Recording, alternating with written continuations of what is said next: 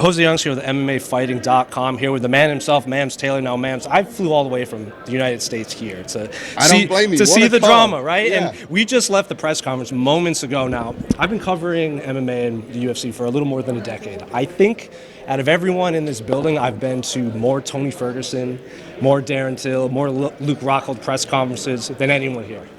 They don't normally go like what we just When saw. did you become a fan?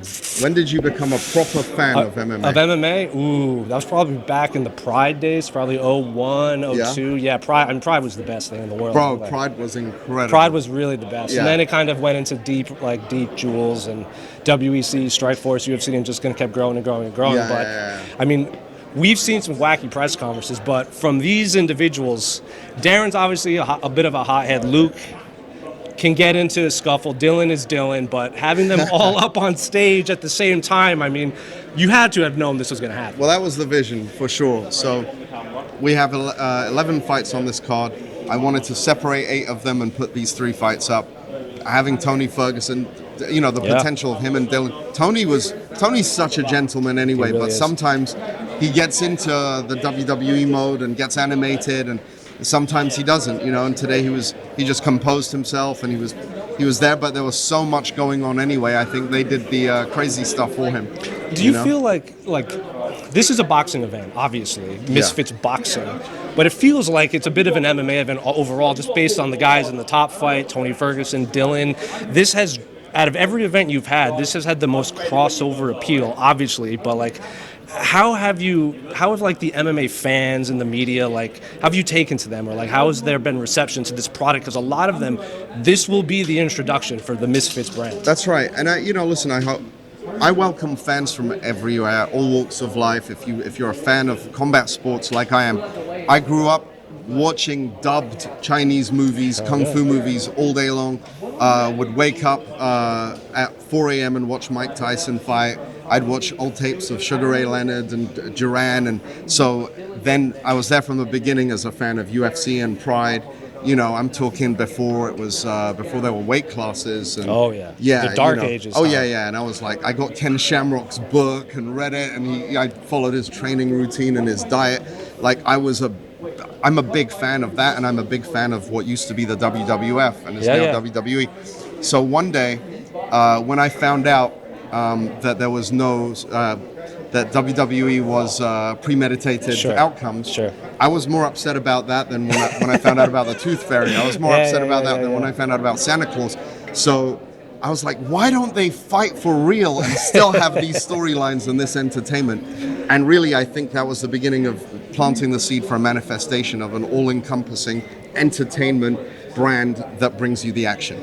Now, I'm going to start with the Dylan fight, because obviously in America, it would be a welterweight fight. Here, it's boxing, light heavyweight, 170 pounds. That was a little confusing for UFC fans. People thought that was going to be a 205-pound fight. They're fighting at 180. Yeah, 180. Yeah. Okay, so Dylan told me 170, so 180.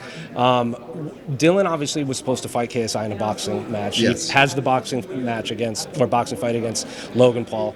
Why make this MMA fight when it seems like Dylan had multiple camps prepared for boxing? So Misfits Boxing is under the umbrella of Misfits House of Combat. So the plan is and has always been to expand into pro boxing, which we are already, which is MF Pro, and Misfits MMA. So Misfits MMA, this is kind of our soft launch. It's not a full MMA card. Soft with Dylan, Dan. Well, we break the ice with Dylan. Yeah. He's the perfect Misfit to really come on is. board. And I think eventually we're going to get, well, I say eventually, but by next year we're going to get into a space where we do our own MMA cards as well. Really? And that's not going to be influencers, but it's going to have a different aesthetic, and it's going to have a different rule set, and it's going to be very, very much about non-stop action. Is it going to be in a ring or a cage? Neither.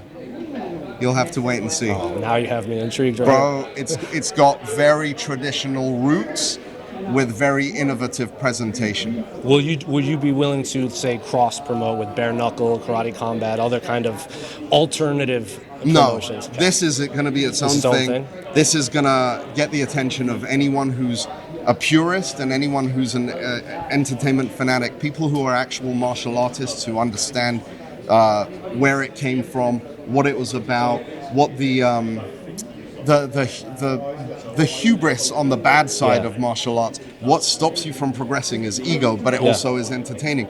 Then you've got people who really understand the tradition of what it's about and self-defense and the spiritual aspect of it. So it's going to be, there's Japanese sort of anime Sure. influence and a lot more. It's going to be very exciting. So to go off of that, because you bring up like the traditional aspect of martial arts, Dylan's opponent doesn't want him to do any grappling. Yeah. You know, he's saying like if KSI is saying, oh, if you grapple and choke him out, you won't double your pay. If you stay standing and knock him out, I'll double your pay. What do you make of that whole thing? Because you seem like this is the first time we met, but you strike me as someone that can appreciate the grappling of mixed martial arts. So when you hear something like that, like what goes through your mind? So this is the honest truth.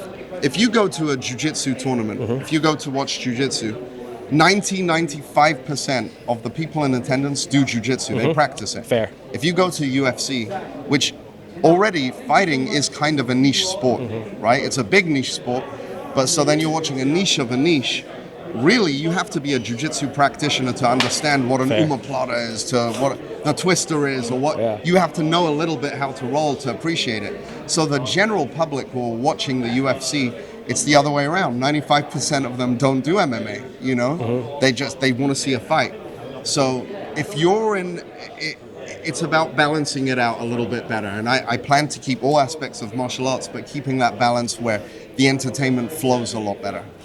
I spoke with Dylan yesterday. His plan is to win the belt, defend it against Tony Ferguson at the end of the year. If Tony beats Salt Poppy, do you like that plan? I love it. I definitely. Tony wanted to box. Yeah. And we were very happy to have him boxing. But honestly, the initial thought was, this never happened on the GFL, which no hate. I just knew it wasn't going to happen. Sure. And I told them, and I was like, let's put this on Misfits, you know. But let's see what happens, and we'd love to make that fight. Speaking of Tony Ferguson, you've said it yourself, like gentleman, been very well to work with. I love the guy. What do you think Great of that guy. fight against Tony and Salt Poppy? Because Luke and Darren, I think the MMA world can get behind. Dylan fighting anyone's is kind of a mixed bag, but Tony Ferguson, Dylan brings the eyeballs, but Tony is very much a beloved figure in mixed martial arts. So I guess people liked the fight, but they thought like, oh, why is Tony fighting a guy that got famous off of TikTok?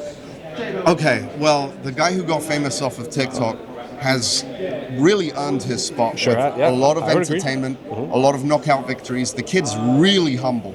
You speak to that kid, he's more like a Pacquiao than a Mayweather. Not just because they're both Filipino, but more I welcome all kinds of different styles. If you're there and you're shit talking and you're Conor McGregoring your way through a presser, I love it. I welcome it. That's not who Salt is. He doesn't pretend to be that. He brings the humility, and people love that. And he's a TikToker. He was a nurse 3 years ago, but he's really dedicated to two-a-days for the last 3 years to become a good boxer. You know, he never had an amateur background, and he's earned his spot here. It's going to be a good fight, and I know for Tony and I have spoken, and he's like, Mams, I really, really will win this fight. I'm doing everything I can. I saw Tony the last 2 days. We were talking about it, that he looks really fresh. I don't think Tony knows how to take things easy. Like every opponent he has is 110%. He goes very hard. Some would say too hard. Some would say that. Yeah. But listen, at the end of the day, it's an honor to have him.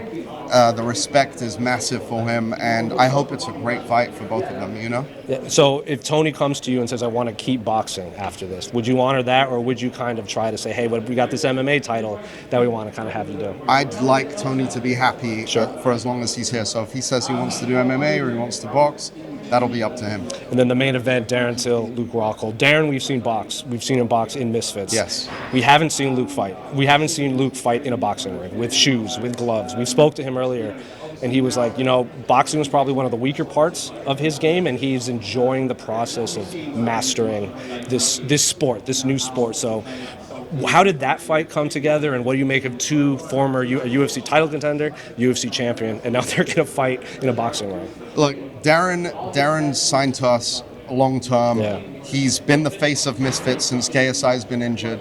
This is his third consecutive main event. And for me, I'll tell you a secret. If Darren's got a, you know, he's had two fun fights. He's stepped up the competition each time, but Darren's the face of Misfits, so we're behind Darren. But then we've got a visitor in Luke Rockhold who's willing to become a Misfit long term as well. And the reason that fight's good is because whichever one holds that title belt, I'm proud of that. I'm proud of having guys with those accolades represent that belt. I'm proud of the fact that they've both got the gift of the gab and they represent something meaningful to me, to what I grew up on. And either way, they're both superheroes. So, I may the best man win. Darren was teasing that he would fight Andrew Tate at the end of the year. How realistic is that? It depends. So what I do when I make these matches, I think of every possible outcome, and then think of the next fight, and then think of the next fight. So I try to stay 3 steps ahead, so there's meaning and story behind everything. So as far as that goes, there are some other plans for Darren, and there's other plans for Luke, depending on what the outcome is. Now, outside of Misfits, I knew, MMA fighting. I'll ask you some MMA questions. Who's your favorite MMA fighter? Honestly, it's difficult to say right now who my favorite MMA fighter is. I would say that of all time, I remember watching Vitor early days, and I was just like, bro. Yeah. When I would spar London shoot fighters, I would pretend I'm him. I would be like, let me get into Vitor Belfort mode. When he was fighting Tank Abbott, Scott Ferozzo, running through those guys. Back when it was untelevised, just by the VHSs and everything. Yeah, and Silva, and obviously, and then Anderson Silva had an amazing run. He's one of my favorites. How could he not be? But yeah, man, Machida. I'm a fan of everyone, but Ken Shamrock and Frank were 2 of my favorites because I got introduced to it. Yeah. If you could book an MMA or boxing and Misfits between 2 guys outside the UFC, who would you want to book them with? I am. Or for former UFC fighters, I should say, that are in there. Well, this is the thing that I think I've been really good at. Yeah.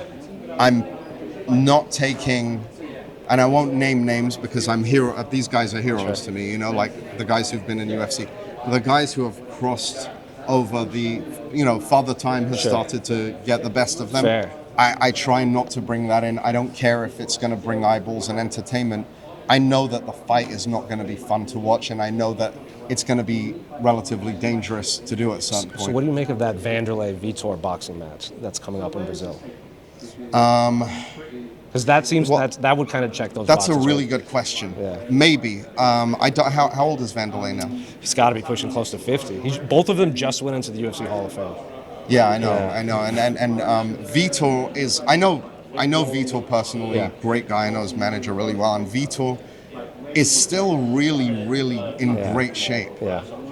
So, and I think and I say this with all the respect in the world, but TRT Vitor Uberim, all those guys. Listen, Vitor is still a problem for anyone on this card. I don't care if how old is he now? 40-something. He's in his 40s. Bro, he's still a guy that could actually be very entertaining and fight. Actually, I don't know if you know this, but for Misfits 3, we had Vitor booked to fight.